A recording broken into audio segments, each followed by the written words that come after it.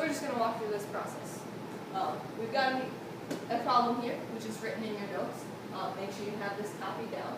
We've got an ideal gas law begins at a pressure of 4 atm and a volume of 6 liters. For underlining or important information, those are the first two things I'm going to underline. And it says that the pressure of the gas increases to 8 atm. And we want to know what the new volume is going to be. So, step number 1, I just underline my important information. Now, step number 2 is identify the givens and unknowns. So, I have 4 atm. As we've talked about, atm is atmospheres. It's a unit for a volume. So, it is actually a unit for a pressure, atm. So, our pressure 1 is 4 atm. We have a volume of 6 liters. That is our initial volume, or our V1. Alright, if we keep reading, it says that the pressure increases, so we have a change. It's going to be our second value. So, we have a pressure, P2, is now 8 atmospheres. And we want to know what the new volume for the gas is. So this is our question mark, the unknown. So our V2 is what we're going to be solving. So we've done step number 1, underline our important information. Step number 2, we've identified our givens and our unknowns. And now number 3 is determine which law to use. So the equation, or the law, if we have P and V, we said we have to remember to boil our potatoes and vegetables. Potatoes and vegetables, pressure and volume is Boyle's law. Now Boyle's law is P1 times V1 equals P2 times V2. Step number 3.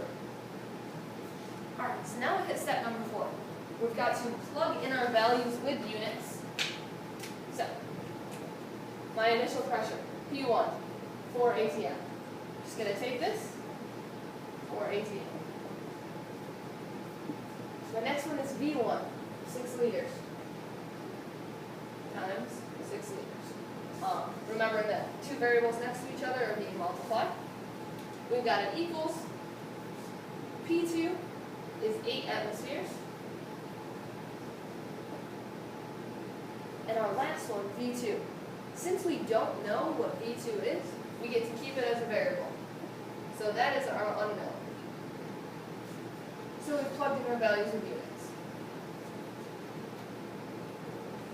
Now the next thing I'm going to suggest to do is figure out what units are going to be able to cancel out ahead of time. We've got atmospheres on both sides. We're going to get to cancel those out due to the fact that when we move it over, our atmospheres will be divided by each other. Alright, so we're going to be left with liters. We can double check that liters is a unit for volume, so we're on the right track. And now we just solve, we do our math.